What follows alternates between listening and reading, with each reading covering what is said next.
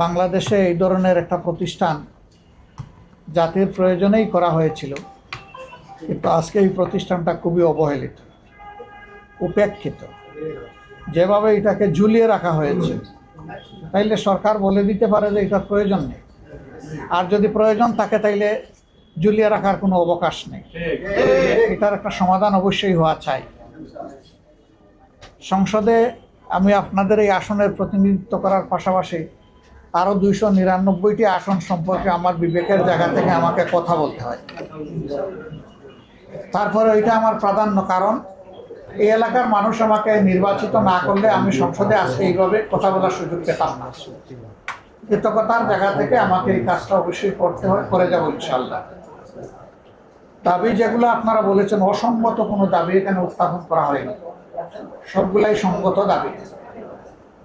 সংসদে যেহেতু সময়ের সীমাবদ্ধতা থাকে, আমি হয়তো যত পয়েন্ট আপনারা বলেছেন সব পয়েন্টে কথা বলতে পারবো না, কিন্তু বেসিক যে 3-4টা পয়েন্ট সেটা আমি তুলে ধরার চেষ্টা করব। আর আমি আপনাদেরকে এই ওয়াদাও দেবো না যে সব দাবি আদায় করে দেবো। আমি আপনাদেরকে ওয়াদা দেবো যে দাবি আদায় আপনাদের লড়াইয়ের সাথে আমি থাকবো। আপনারা লড়াই চালিয়ে যাবেন, আমি আপনাদের একজন সহযোদ্ধা হিসেবে এই লড়াইয়ে অংশগ্রহণ করব, কারণ এটা আমার দায়িত্ব। এই সেবাটা তুলনামূলকভাবে সাশ্রয়ী এবং পার্শ্ব প্রতিক্রিয়া মুক্ত, তাইলে এই সেবা কেন আমরা নেব?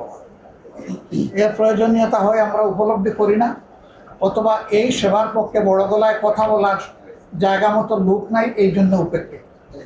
এটা তো হওয়া উচিত নয়। আমাদের সরকার, বর্তমান সরকার ঘোষণা করেছেন সবার জন্য স্বাস্থ্য সেবা নিশ্চিত করা হবে। তো এখানে যে শত শত রোগীরা এখানে আসে প্রতিদিন সেবা নিতে, তারা কি সবার মধ্যে পড়ে না? তারাও তো সবার মধ্যে পড়ে।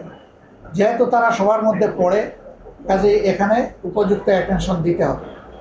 রোগীদের একটাই হাহাকার দেখলাম যে আমরা ঔষধ পাই না।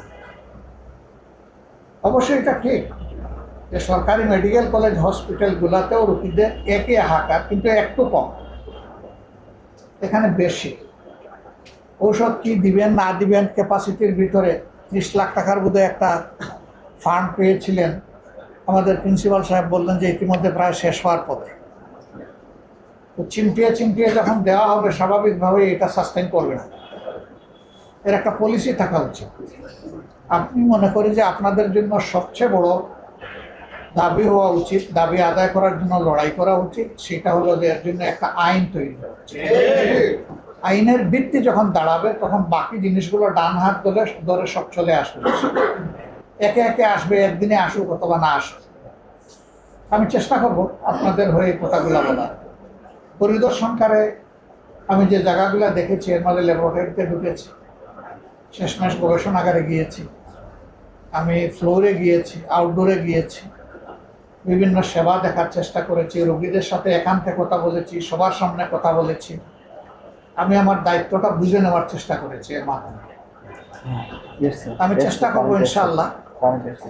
এই সময় প্রিন্সিপাল সাহেব বলছিলেন যে আমরা প্যাথোলজিক্যাল কিছু ইনভেস্টিগেশনের সার্ভিস এখানে দিতে পারি, কিন্তু আমাদের এক্সরে মেশিন আছে, ফিল্ম আছে, বাট একটা ভোল্টেজ স্টেবিলাইজারের অভাবে আমরা ওইটা অপারেট করতে পারি না।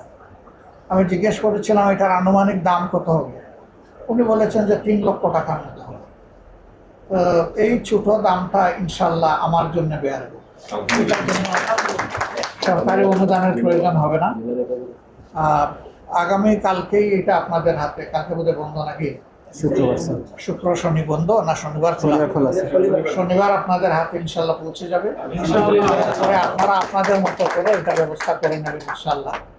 ছোট্ট একটা অগ্রগতি দিয়ে শুরু হোক, বাকিটা আল্লাহ চাইলে সামনে হবে ইনশাল্লাহ। আমাকে সম্মানিত করার জন্য, আমার এলাকায় মেহমান বানানোর জন্য, নিজের করে গেস্ট হিসাবে কবুল করার জন্য, জানি না দুনিয়ার কোনো জায়গায় ব্যবস্থা আছে কিনা যে ফ্যামিলির লোকেরা ফ্যামিলিতে গেলে বলে গেস্ট আসেন আসেন, ওয়েলকাম আসেন। তা আমি গেস্ট হয়ে থাকতে চাই না, আপনাদের একজন হয়ে বাঁচতে চাই। সবাইকে ধন্যবাদ। আসসালামু আলাইকুম।